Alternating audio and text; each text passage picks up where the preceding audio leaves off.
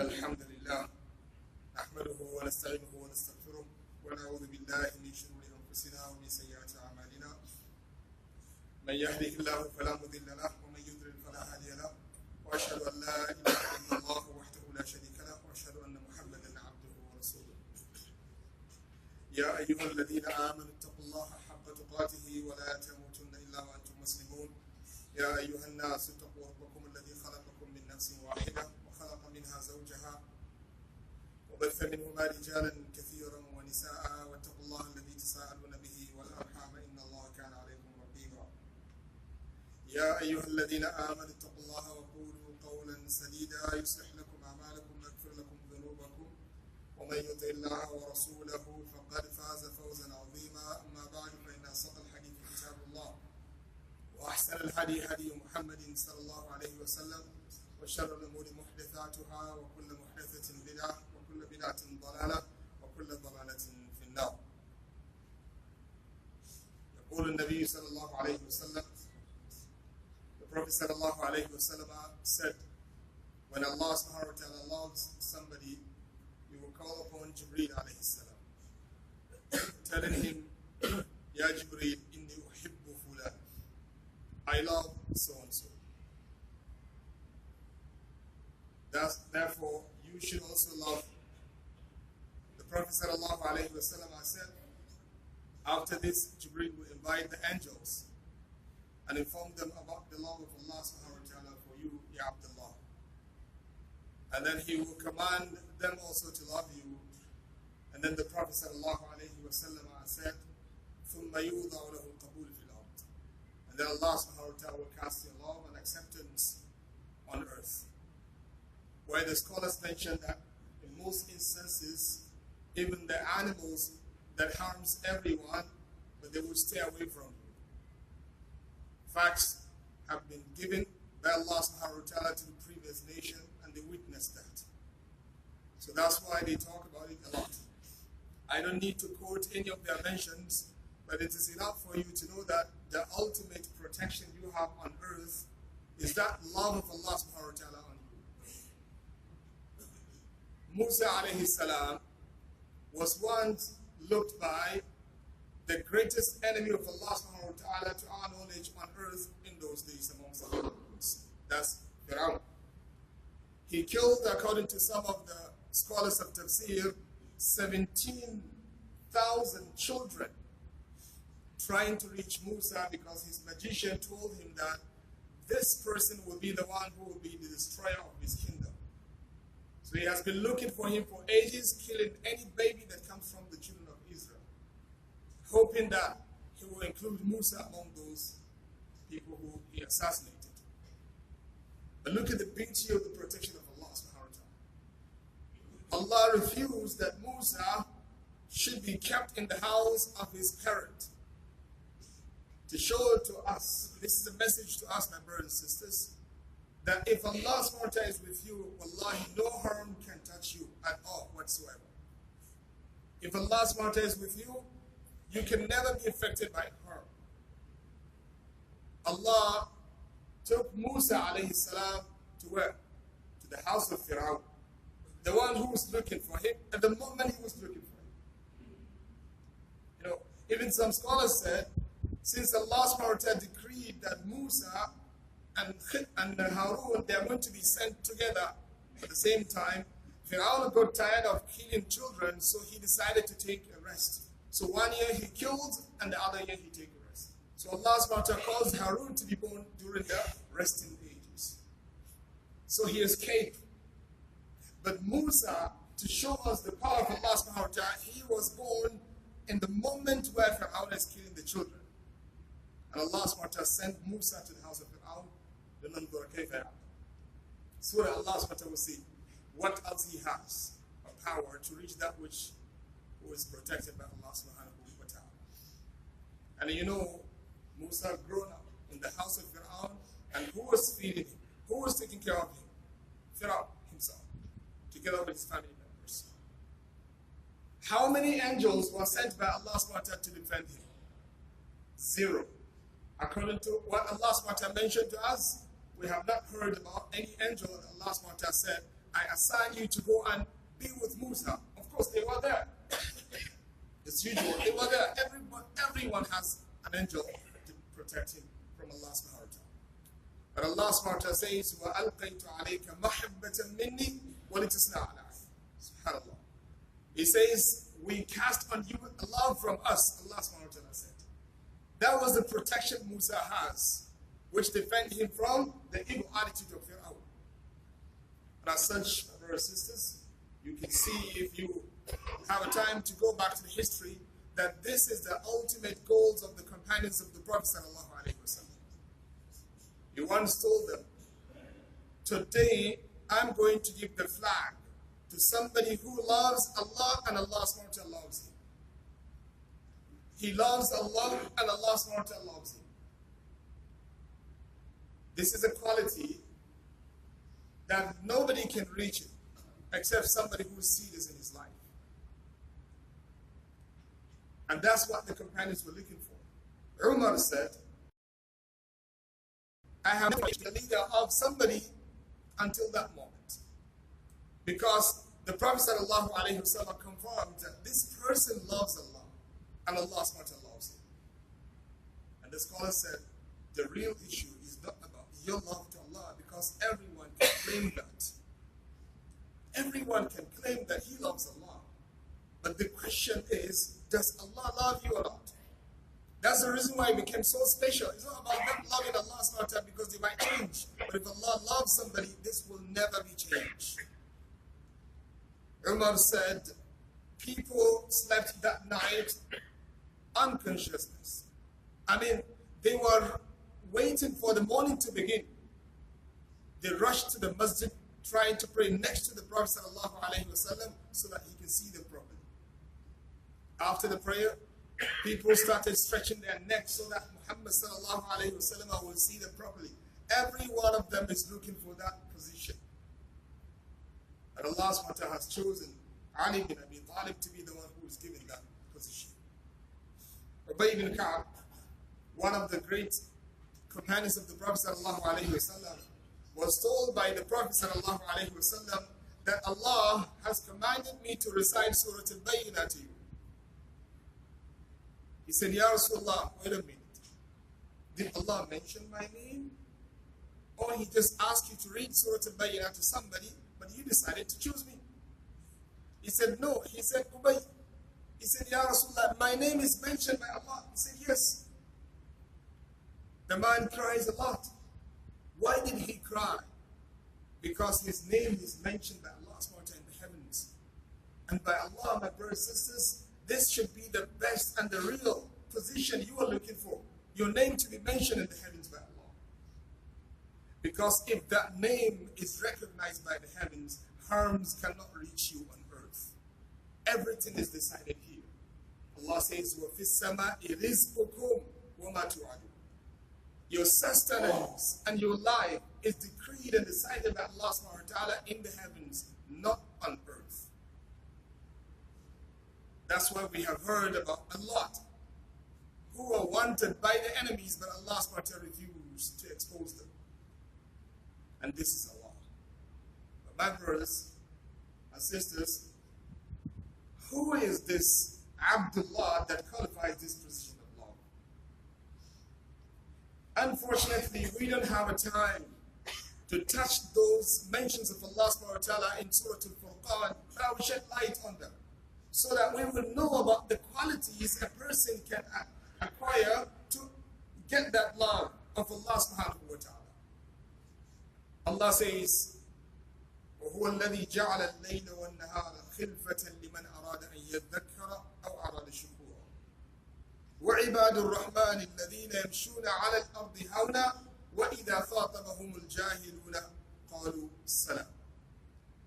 In this series of ayat, Allah talks about His servants. When we say ibadullah, Allah said, my ibad, He's talking about those good ones. They are the first people to be understood here. So now Allah is telling us who are His real servants. He says, الَّذِينَ يَمْشُونَ عَلَى الْأَرْضِ هَوْنًا وَإِذَا خَاطَبَهُمُ الْجَاهِلُونَ قَالُوا السَّلَامَ. The first quality is humility and humbleness. They are not arrogant. Allah subhanahu wa ta'ala hates it. And it has never been the attitude of the righteous people. And as I always mention in this place, that arrogance does not fit a creation. It doesn't fit the creation. Especially when it comes to human beings, one of the weakest creation. If you read what science is telling you, you will understand that technically you are somebody who doesn't exist if you compare yourself to those huge creations of Allah subhanahu wa ta'ala. Allah gave us a good example for us to remain humble. He said, look at those who are solid and they're so harsh, they're so hard and strong, but they're humble to Allah subhanahu wa ta'ala. The first he mentioned, he says, إِنَّكَ لَن تَخْرِقَ الْأَرْضَ وَلَن تَبْلُغَ الْجِبَالَ طُولًا. No matter how much arrogance you show, no matter how much arrogance you show, Allah says, you will never walk on earth because of the power and strength we see you breaking the earth into pieces. It is more stronger than you. It carries you and that which you have. But it is so humble. Allah says, وَلَن تَبْلُغَ الْجِبَالَ طُولًا, and you will never reach the height of the mountains. You know, we never heard of a mountain moving from its position because of the hurricanes or tornado or whatever. They remain so solid in their own place. The winds can take everyone and destroy everything, but they are there, firmly standing. But were they arrogant? No. Allah subhanahu wa ta'ala says, وَإِنَّ مِنْهَا لَمَا يَهْبِطُ مِنْ خَشْيَةِ اللَّهِ. Some of these rocks, they will move their position out of the fear of Allah subhanahu wa ta'ala, that which moves them. Therefore, my brothers and sisters, wallahi, arrogance, it doesn't fit you. And as such, take from me this hadith from the Prophet sallallahu alayhi wa sallam that says, إِنَّ اللَّهَ أَوْحَى إِلَيَّ أَن تَوَاضَعُوا. Allah subhanahu wa ta'ala has revealed to me that everyone should show humbleness towards others. If you want to know how a person should be humble, who has all types of position and ranking, wallahi, look at the life of Muhammad sallallahu alayhi wa sallam. People had killed his companions. They broke his teeth. They cut some part of his head. They trapped him. He got into the trap. They chased him out of his family members. They confiscated almost everything he has. But Allah subhanahu wa ta'ala granted him opportunity one day to get them out of his hand. The scholars mentioned that he got into the city crying and his head was to the ground. SubhanAllah. That's the best moment of an arrogant person to show his arrogance and power. But Prophet ﷺ was not like that. As an example to us, if the Prophet ﷺ is not arrogant, we are not supposed to be arrogant because it doesn't fit us. Be humble to everyone. It says, الَّذِينَ يَمْشُونَ عَلَى الْأَرْضِ هَوْنًا. When they walk, they don't walk arrogantly. The way the Prophet ﷺ moved, they said it is the most moderate way of walking. It doesn't go so slowly, and he doesn't move so fast. And it's very humble. وَإِذَا خَاطَبَهُمُ الْجَاهِلُونَ قَالُوا سَلَامًا. When they have argument with the ignorant person, their words is always peace. Who has this quality nowadays? When somebody touches you, you touch him twice. Rasulullah is not like that. They mentioned that he never took revenge for himself. إِلَّا أَن تُنْتَهَكَ حُرُمَةُ اللَّهِ. That's Rasulullah. And Allah subhanahu wa ta'ala guided you to the way to resolve your issues with humankind. He says, إِدْفَعْ بِالَّتِي هِيَ أَحْسَنُ فَإِذَا الَّذِي بَيْنَكَ وَبَيْنَهُ عَدَاوَةٌ كَأَنَّهُ وَلِيٌّ حَمِيمٌ. SubhanAllah. This is experience in this life, my brothers and sisters. Allah says, always reply with the best. فَإِذَا الَّذِي بَيْنَكَ وَبَيْنَهُ عَدَاوَةٌ كَأَنَّهُ وَلِيٌّ حَمِيمٌ. That person who takes you as an enemy, because of that kindness and good attitude, he is going to come and follow you and be shy of you whenever he remembers you. He becomes the best friend, the closest person to you. You don't need to reply with the same. Allah says, جَزَاءُ سَيِّئَةٍ سَيِّئَةٌ مِثْلُهَا. If you think you cannot follow that which Allah subhanahu wa ta'ala tells you, then reply with the same thing. But Allah subhanahu wa ta'ala says, وَلَئِن صَبَرْتُمْ لَهُوَ خَيْرٌ لِلصَّابِرِينَ. If you're patient, that's always good for the patient people. You don't need it. Take this attitude, which is manifested in the words of Imam Shafi'i when he says, لما عفوت ولم أحقد على أحد أرحت نفسي من هم العداوات. Words that should be written with the ink of gold. He said, when I take this attitude of forgiveness, to pardon everyone, forgive everyone. He says, and also at the same time, لم أحقد على أحد. I never hate nobody. I love everyone. And when somebody does something wrong, I forgive. Let him go. I don't have time. I have other matters which are better than this, to waste my time talking to somebody who might intentionally do something wrong to me. Imam Shafi'i says, أَرَحْتُ نَفْسِيَ مِنْ هَمِّ الْعَدَاوَةِ. I relieve myself from the worry of enmity. The easiest way to become an older person is to have this. You are planning against this. You are planning against this. You are planning against this. You are planning against it. When is it going to be end? When is it going to be over? It will never end. Because as long as you live on earth, you're going to be harmed by others. Ibn Hazm says, whoever thinks that he's going to live on earth mixing with people and he will not get harmed by them, he said this is a type of junoon. That's the reason why Allah, knowing the nature of humankind, that we're going to keep on harming others when we mix with them. They harm us, we harm them. Allah subhanahu wa ta'ala says, you should be somebody who always forgive. You have other matters which are more important than this. Allah says, وَعِبَادُ الرَّحْمَنِ الَّذِينَ يَمْشُونَ عَلَى الْأَرْضِ هَوْنًا وَإِذَا خَاطَبَهُمُ الْجَاهِلُونَ قَالُوا سَلَامًا وَالَّذِينَ يَبِيتُونَ لِرَبِّهِمْ سُجَّدًا وَقِيَامًا.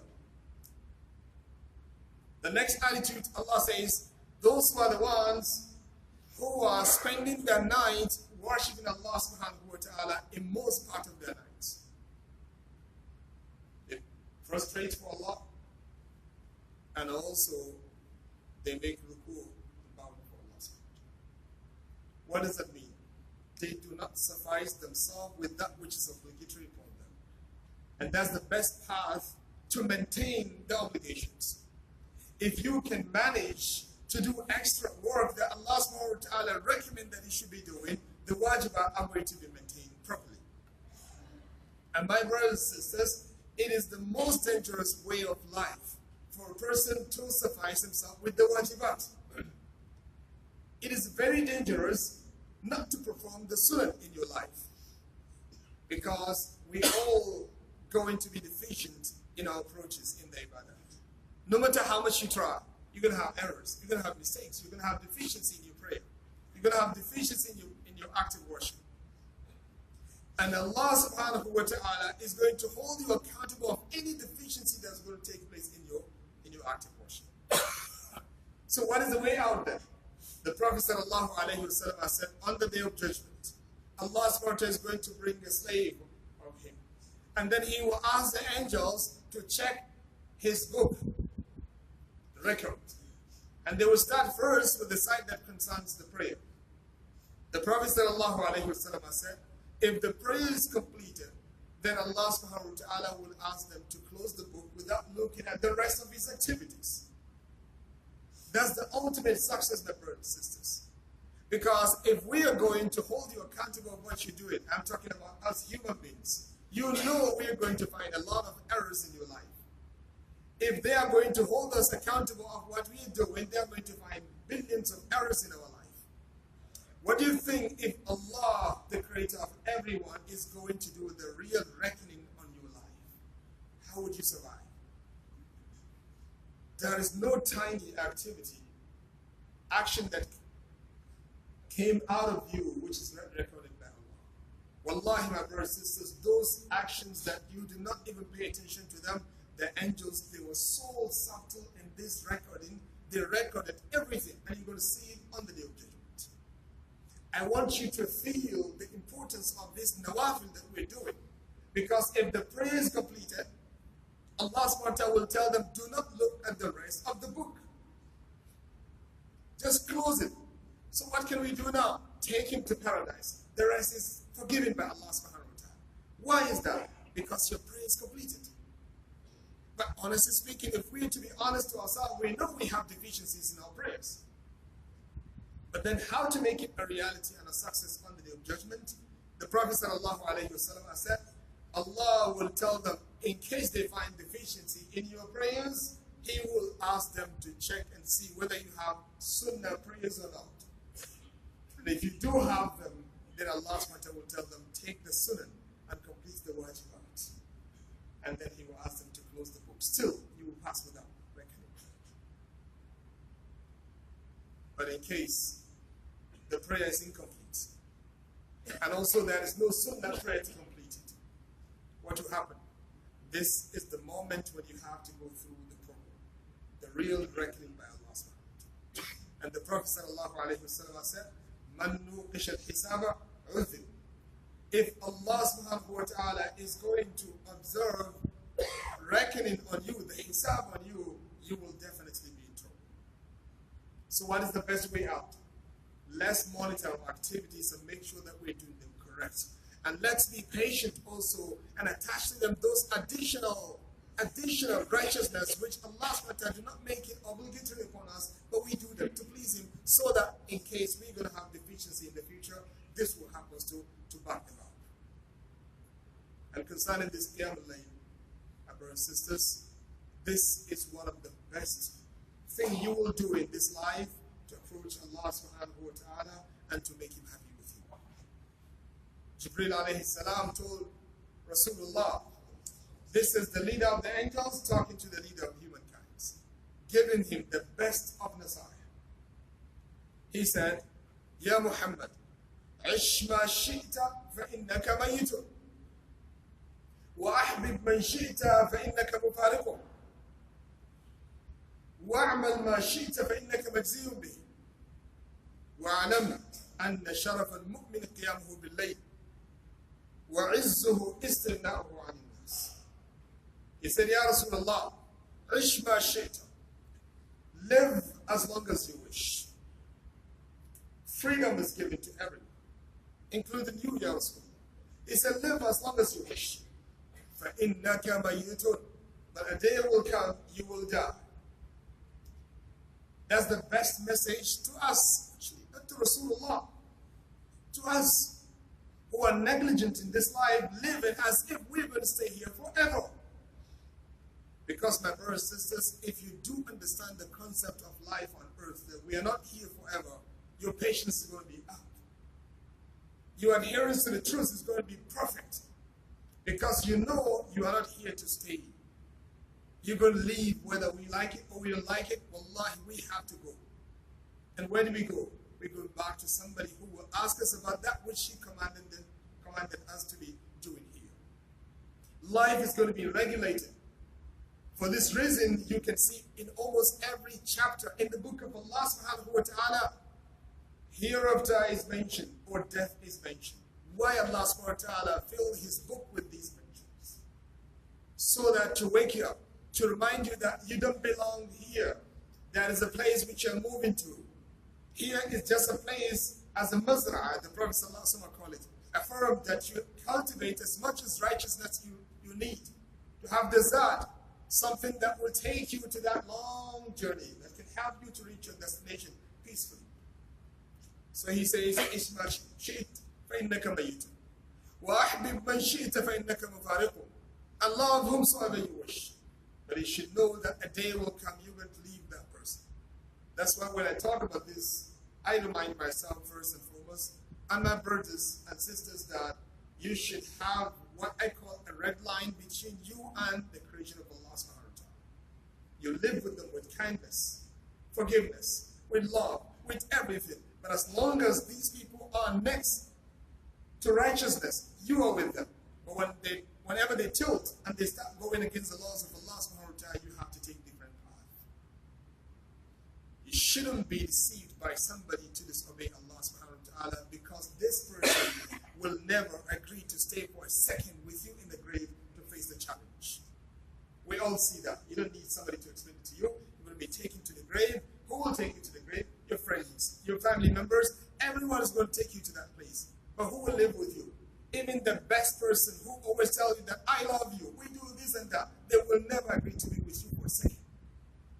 So why do I need to waste my time pleasing somebody in the way Allah subhanahu wa ta'ala doesn't want? And then at the end of the day, they will leave me there to face the problem myself. So kindness is needed. Love is needed in this life. But you should know that Allah subhanahu wa ta'ala is the Most High, and whatever He wants, the interest of the Sharia takes the preference, not the interest of the human beings. You have a job, and the job is taking you away from Allah subhanahu wa ta'ala. This is the time, my brothers and sisters, to leave that place.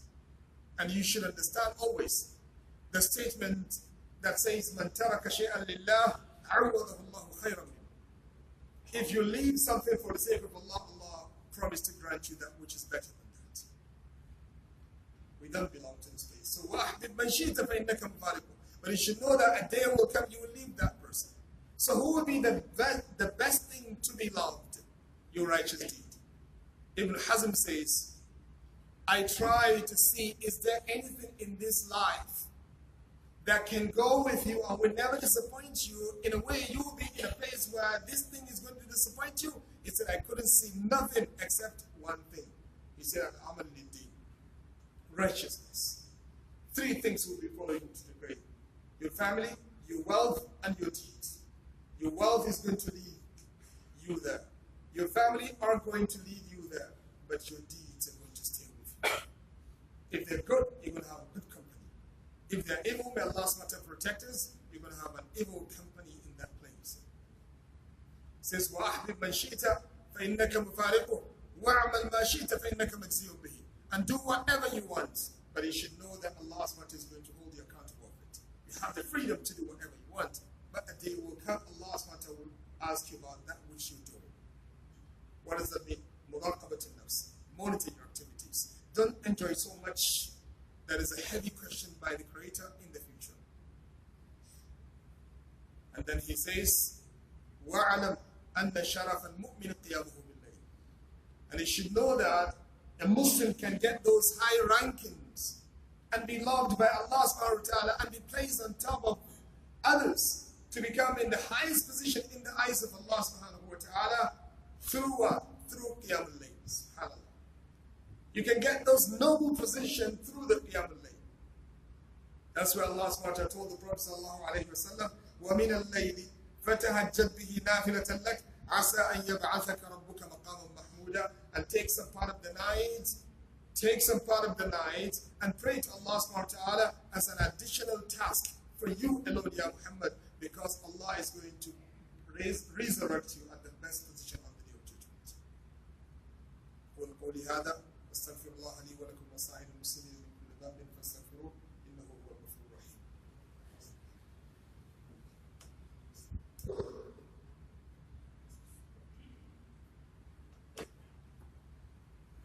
الحمد لله والصلاة والسلام على المبعوث رحمة للعالمين نبينا وحبيبنا محمد صلى الله عليه وعلى آله وصحبه وسلم. أما بعد. And then Jibreel said to the Prophet صلى الله عليه وسلم, وَاعْلَمْ أَنَّ شَرَفَ الْمُؤْمِنِ قِيَامُهُ بِاللَّيْلِ وَعِزُّهُ إِسْتِغْنَاؤُهُ عَنِ النَّاسِ. And this is also what is reflected in the hadith of the Prophet صلى الله عليه وسلم that says, he says, whenever you pray, he was talking to one of his companions, he said, إِذَا صَلَّيْتَ فَصَلِّ صَلَاةً مُوَدِّعٍ. Whenever you pray, pray as if this is the last prayer you're going to have on earth. He says, وَجْبَعِ يَأْسَ وَإِيَّاكَ وَمَا يُعْتَذَرُ. He said, and I warn you from doing that which you have to go to others and say to them, I'm sorry. Very excellent advice from Rasulullah sallallahu alaihi wasallam. How many times in your workplace, at home, wherever, but you have to go to somebody and tell him, I'm sorry. Why? Because he did something wrong. This is an excellent attitude, that you apologize to people when you wrong them. But the Prophet sallallahu alaihi wasallam guides you to the best. He said, try as much as you can to stay away from something that at the end of the day, you have to go to others and say sorry. SubhanAllah. It means monitor your activities. Do not wrong others. Because saying sorry to others is a virtue, but at the same time also it carries humiliation. And that wrong which you did might remain in them, they might not forget it forever. And then the Prophet ﷺ said, وَاجْمَعِ الْيَأْسَ مِمَّا فِي أَيْدِي النَّاسِ. Gather all forms of despair from that which other people have. Try show others the creation of Allah subhanahu wa ta'ala that your need is to Allah subhanahu wa ta'ala, not to humankind. That's the reason why the Prophet sallallahu alayhi wa sallam said, إِزْهَدْ فِي الدُّنْيَا يُحِبُّكَ اللَّهُ وَازْهَدْ مِمَّا فِي أَيْدِي النَّاسِ يُحِبُّكَ النَّاسِ. You want Allah subhanahu wa ta'ala to love you? He said, stay away from dunya. Have zuhud in dunya. And what is zuhud, my brothers and sisters? Zuhud is interpreted by one of the great scholars of Islam.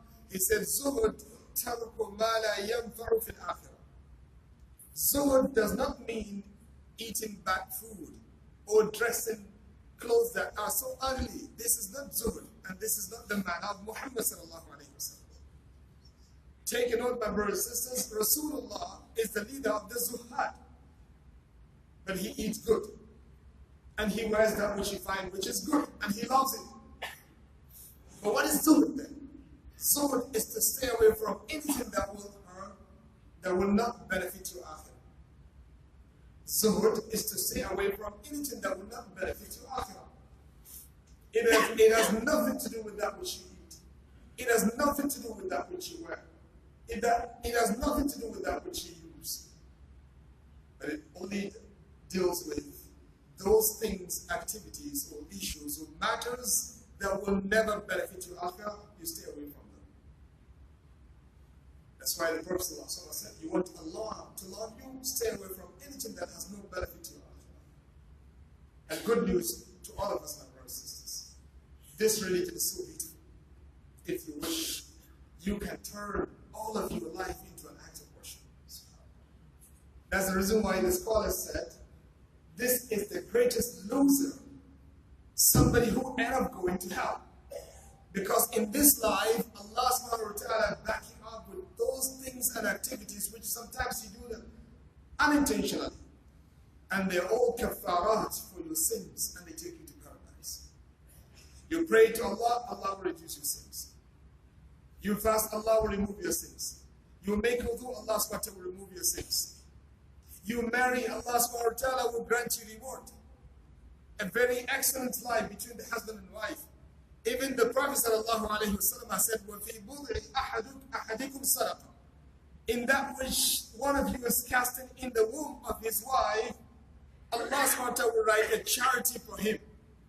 The companion says, Ya Rasulullah, are you telling us that if somebody attain his desire and enjoy his life with his wife, but then Allah subhanahu wa ta'ala will reward him for that? He said, yes.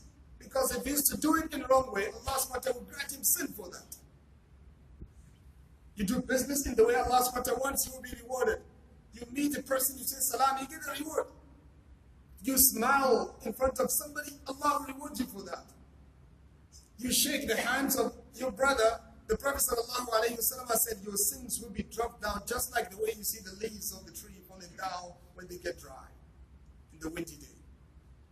So what else is left for you? That's why the scholar said, definitely it is the real loser. He is the real loser, somebody who ends up going to hell, because Allah subhanahu wa ta'ala grant you all forms of chances for you to make it to paradise. So let's take this opportunity, my brothers and sisters, and show our need to Allah subhanahu wa ta'ala and fix our attitude and our life. These series of ayats needs mawaqif with us. They don't fit a place like this for the khutbah, which takes a few minutes. So I will stop here, my brothers and sisters, and I think this is more than enough for each and every one of us. If Allah subhanahu wa ta'ala wish that we're going to meet again, then inshallah we continue from wherever we start and see the beauty of the book of Allah subhanahu wa ta'ala, and also how much Allah subhanahu wa ta'ala loves you. Wallahi, this is out of love. Allah, if He wishes. If He wishes, He can just keep quiet, will never mention this, and let you live in the way you want. If you do it in the way He doesn't like it, Allah subhanahu wa ta'ala can take each and every one of us to hell, and He is not doing injustice to us. But look at the love from Allah. He sent to us not less than 124,000 prophets and messengers.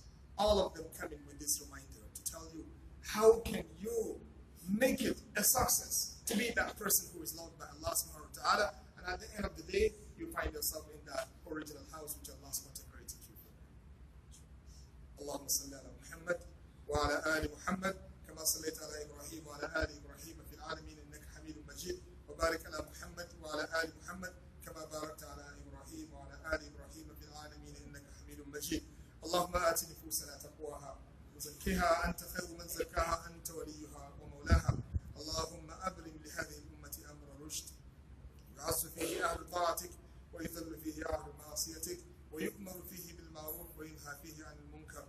اللهم آت نفوسنا تقواها وزكها أنت خير من زكاها أنت وليها مولاها. اللهم اغفر للمسلمين والمسلمات والمؤمنين والمؤمنات الأحياء منهم والأموات إنك سميع قريب مجيب الدعوات.